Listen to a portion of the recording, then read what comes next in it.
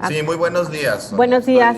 Bueno, pues, Estoy ¿cómo a sus funcionan, órdenes. cómo funcionan este tipo de esquemas de inversión en nuestro país? Bueno, este es un esquema relativamente antiguo de estafa, literalmente. No es un, digamos, modelo de inversión, es un modelo de estafa que ofrece a los inversores eh, intereses, ganancias que están fuera de toda lógica de mercado. ¿Sí? Les voy a poner un supuesto. Si ahorita algún empresario, algún promotor de inversiones les dijera que les ofrece invertir en algún Pablo, fondo, en Samuel, dime que proyectos no que estuvo, les que eh, estuvo vetado. ofrecen rendimientos del 70, 80 o 100% anual, a que tener absoluta desconfianza. Esto es imposible bajo las condiciones de mercado actuales. No hay formas alternativas de inversión que ofrezcan tales rendimientos en ninguna parte del mundo, ¿sí? Bajo las condiciones económicas actuales. ¿Cómo funcionan? Bueno, son estructuras de captación de recursos que tienen efectivamente una forma piramidal. Empieza un promotor de inversión y luego ese promotor le exigen que lleve dos inversionistas o tres o cuatro o cinco o seis y le ofrecen a cambio un pago de regalías de intereses muy alto y así sucesivamente se va construyendo la inversión. Cada nuevo inversionista va llevando más. ¿Cómo se financia esta pirámide? Pues precisamente con los montos de recursos que aportan cada uno de los inversionistas, ¿sí? La pirámide se agota, colapsa, cuando ya no hay la suficiente cantidad de inversionistas y, por supuesto, la suficiente cantidad de recursos que le pueda inyectar liquidez al sistema piramidal para solventar los compromisos de pago de utilidades o incluso, que es muy raro, el regreso de los montos de inversión, porque regularmente se condiciona a los inversores a que durante cierto tiempo, que obviamente el promotor, el estafador, calcula, digamos, de manera precisa, no demandar o no sugerir el regreso de los montos de inversión. De esa manera funciona. Es, insisto, una forma de estafa de las más socorridas a nivel internacional, porque no solamente ha ocurrido en países como México, ha ocurrido prácticamente en todas partes del mundo.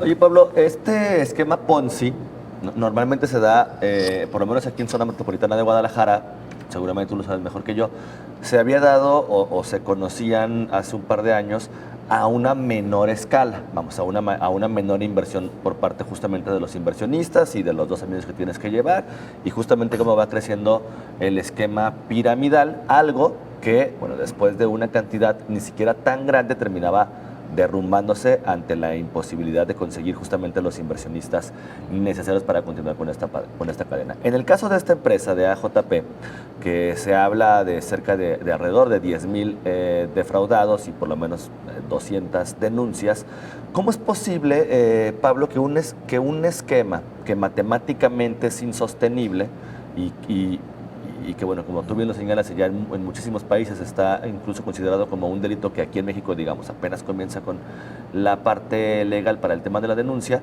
¿Cómo es que puede sostenerse durante tantos años con una cantidad tan grande de dinero sin que se note, digamos, automáticamente el fraude?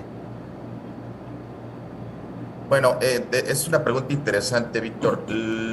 No sabemos, digamos, cuánto tiempo puede durar. Lo que sí sabemos es cuántos inversores se requiere para sostener la pirámide, ¿sí?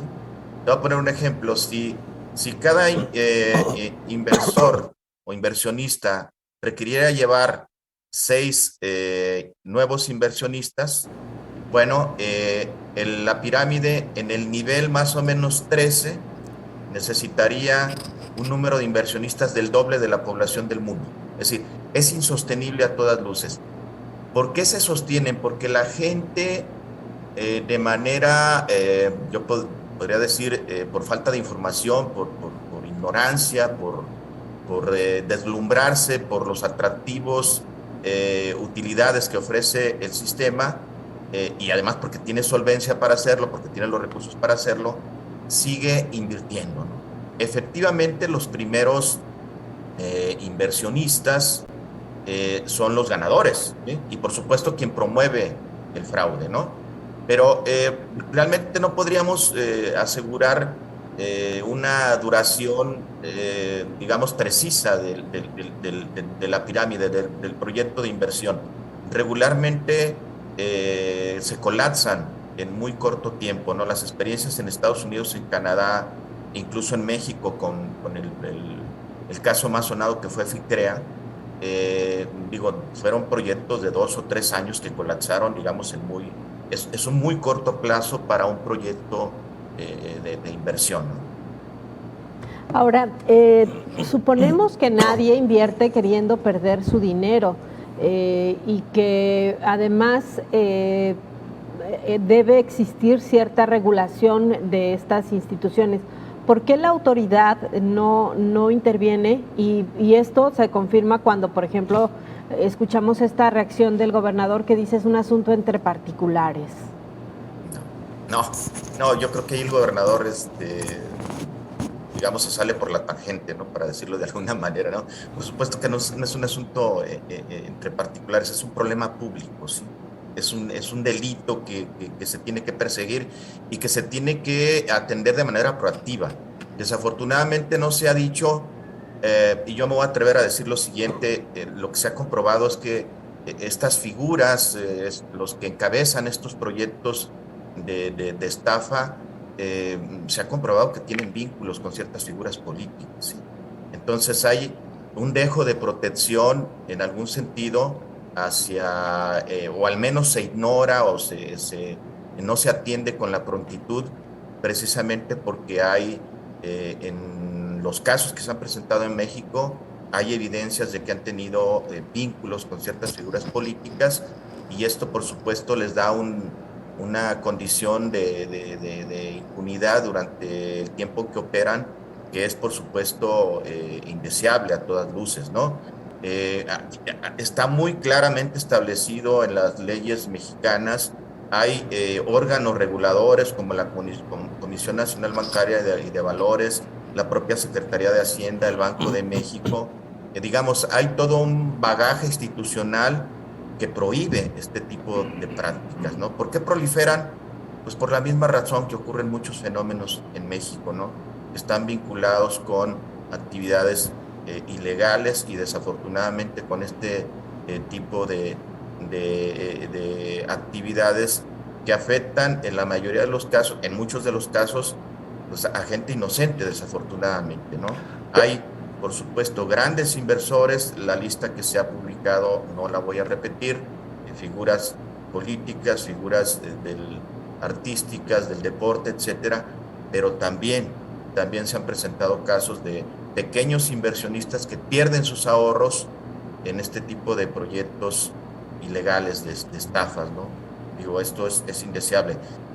Pero aquí no tenemos una estructura legal, una estructura, instituciones que tengan ese carácter de actuar proactivamente, de anticipar este tipo de fenómenos, y siempre desafortunadamente estamos tapando el pozo cuando el niño ya se ahogó, por decirlo Pablo, metafóricamente. nos queda un minuto nada más de tiempo, Sí, pero señalas muy sí. bien, no se explica este tipo de fraude o este tamaño de fraude sin una vinculación directa con agentes políticos aquí Sí, en el país. ¿Hay alguna manera, y así de manera rápida, hay alguna manera de que se pueda saber en algún punto realmente cuál fue el tamaño del daño que se ocasionó en materia económica aquí en Jalisco a través de justamente de esto que estamos hablando? Bueno, las cifras oficiales no se conocen, pero se habla tal vez de miles de millones, ¿sí? En el caso de FICREA, que tenemos ya el dato preciso, se estafó a 6,848 personas, y el monto de la estafa fue de 2,700 millones de pesos. Entonces, digamos, son proyectos que requieren muchísimo recurso. Claro. ¿sí? ¿Cuántos niveles tuvo la pirámide?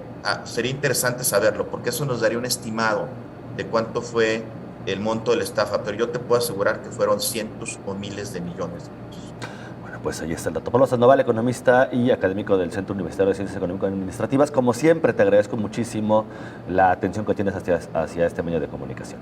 Es un placer colaborar con ustedes. Muchas gracias y muy buenos días. Mucho de la